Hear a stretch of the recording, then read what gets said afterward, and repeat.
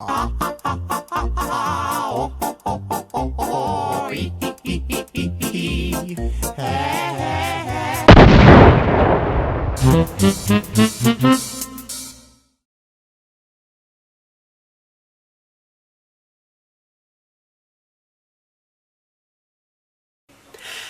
guys, what's up? It's Trackmaniamatt. My name is Mike.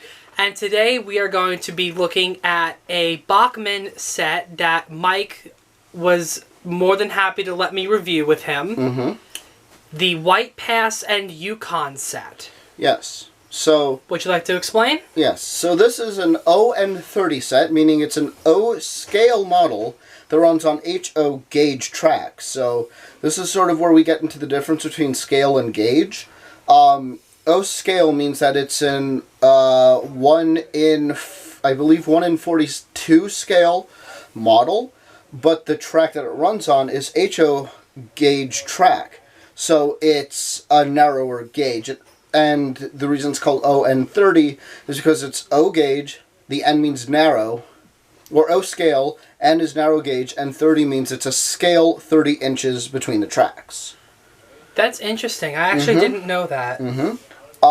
It is a Bachmann Spectrum set. Now, if you don't know, Bachmann Spectrum is sort of like the top of the line for Bachmann, at least here in America. I know in England, they don't really have the Spectrum line. They have, I'm not sure what it's called, but like Bachmann in Europe and in England is kind of considered more... Like, Bachmann in America is kind of like Hornby is to England. Right. You know? Yeah. But Bachmann Spectrum is like the top of the line for them. And actually, just showing Matt here, if I open the flap, you can see right there on the corner, it says Spectrum. Ah, sweet. The Spectrum line, it is the highest detailed. It's also the most expensive, but we don't need to get into that until later. But with this pack, this train set, comes with, it's a complete starter set. So it comes with your locomotive, steam locomotive, a tender, 3 passenger cars, and an oval of Easy Track. Yeah, the Easy Track was what I had back when I had my Thomas Bachmanns. Bachmann has been using the Easy Track system for years now, so I don't see any reason why they would change it. I get you on that. So without further ado, we ready? I'm ready. All right, then let's get to it. Yep. So, this is our locomotive. This is a, if I just turn it to the side, 260 type steam locomotive. It means that there are 2 leading wheels in the front, 6 driving wheels, and no trailing wheels in the back. The locomotive itself is based off of Colorado and Southern number 9, I believe. But Bachmann has been using this as their basis for their ON30 260s for many, many years now. And so if I'm just going to go over some of the details. So let's begin. I'm just going to slowly move this forward a little bit so you can see. Here at the front, we have a very nicely detailed pilot.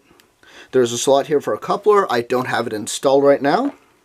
There's a very nice coupler cut bar that moves up.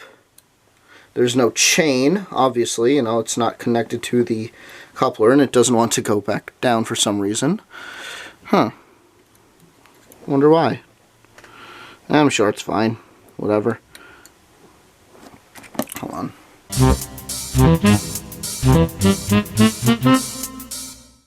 Fix it. Okay. Anyway, so you have the coupler cut bar, this very nice deck plate right. Oh my gosh. We could even focus. Get it focused. Focus.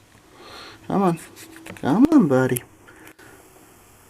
No, that's not focusing. Oh, there we go. Got it. So the deck here has safety tread on it, which is very nice. The front of the locomotive itself is very nicely detailed. There's a lot of rivets and this very nice number plate. The handrail to show. Hold on, let's just.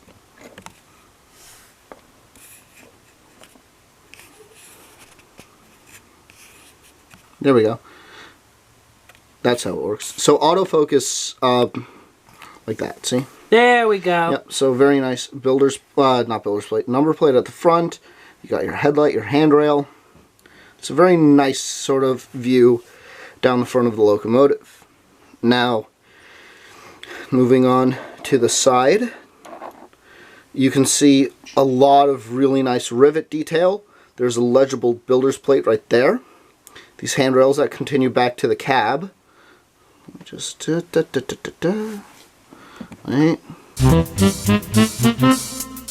There we go. So you can see these very nicely detailed handrails, a legible builder's plate, very nice piping, boiler bands, the dynamo, which has rivets on it as well. The domes are very nice. And here on top we have a safety valve and a whistle that is actually made of metal. Also, on these walkways here, it has wood texture. The wheels as well are very nicely done. As you can see, in the bottom here we have the brake rigging. There's a nice, camera angles are weird. There's a nice space between the boiler and the chassis, which is prototypical. The cab is very nicely done. There are little areas here on the windows where the engineer or fireman could put their elbows if they were to lean out the cab. There are some grab rails, lots of rivets. The red paint is very nicely done, as well as the very crisp white lining and lettering. The back of the locomotive, well, you can't really see a lot because it's kind of enclosed. However, I have taken the cab off in the past, and I can tell you there's a lot of very intricate piping detail and gauges and stuff that are all picked out and hand painted. So let me just do this. Come on, come on. There we go. You can see a little bit of that detail inside the cab there. Come on. It does not want to focus on this, but yeah. And this side of the locomotive, you can see the Westinghouse brake pump. The other side of the dynamo. Also forgot to mention there is a bell here. It does not move. Yeah, that's pretty much all of the locomotive. You know, the top, the bottom, all of that. So, moving on. Next we have the tender. And the tender, maybe we should say that again as you put it down. Right. I'll cut that out. Yeah. Because there's not gonna be a full cut. Okay. So, next we have the tender. Now the tender, in comparison to the locomotive, is simple. It is still very nicely detailed. Obviously, this is a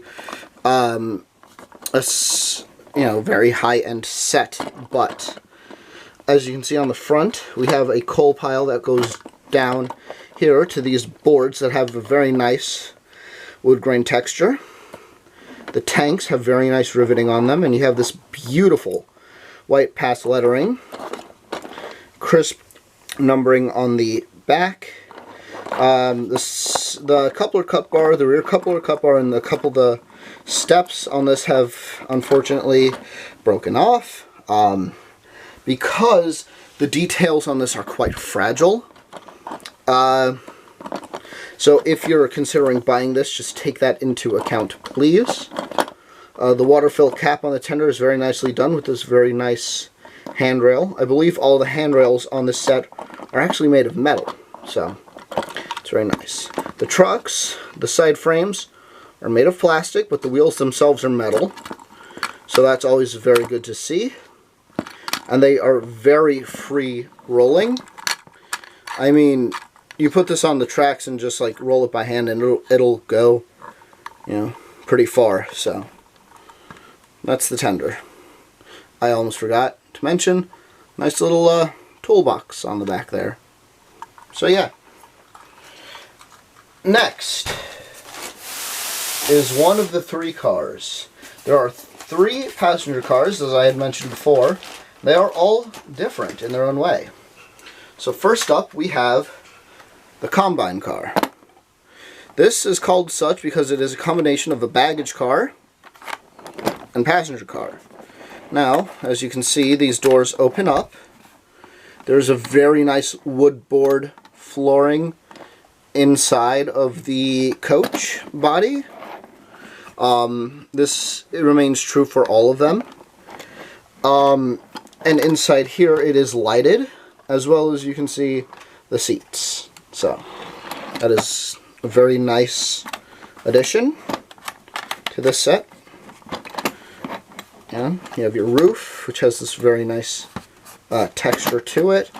The bottom details are very, very good. And the truck side frames on these anyway, are actually made of metal. Wow, that's pretty sweet. Mm-hmm. I think that has something to do with the fact that it's lighted. I could be wrong, but I believe what it is the wires for the lights are soldered to the metal side frames, and then the metal wheels pick up the electricity, and because the side frames are metal, you don't have to have copper contacts on the wheels that'll induce friction and slow down the car. That actually makes a lot of sense. Mm-hmm. Up next, we have the Lake Atlin coach. And this is just a standard coach. So it is, it's kind of more basic.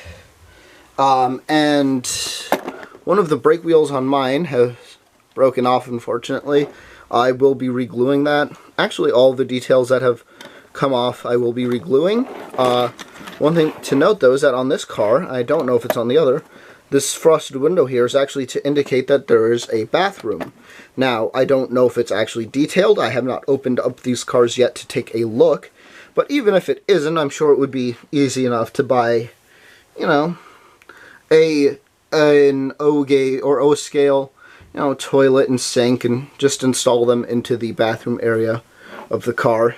So, yeah, if you were ever wondering why some cars have a frosted kind of area, frosted like window, or like a glazed kind of thing on the window like that, it's a bathroom, and it's got that sort of texture to help people not see into it when you're doing your business, which is important. Oh yeah.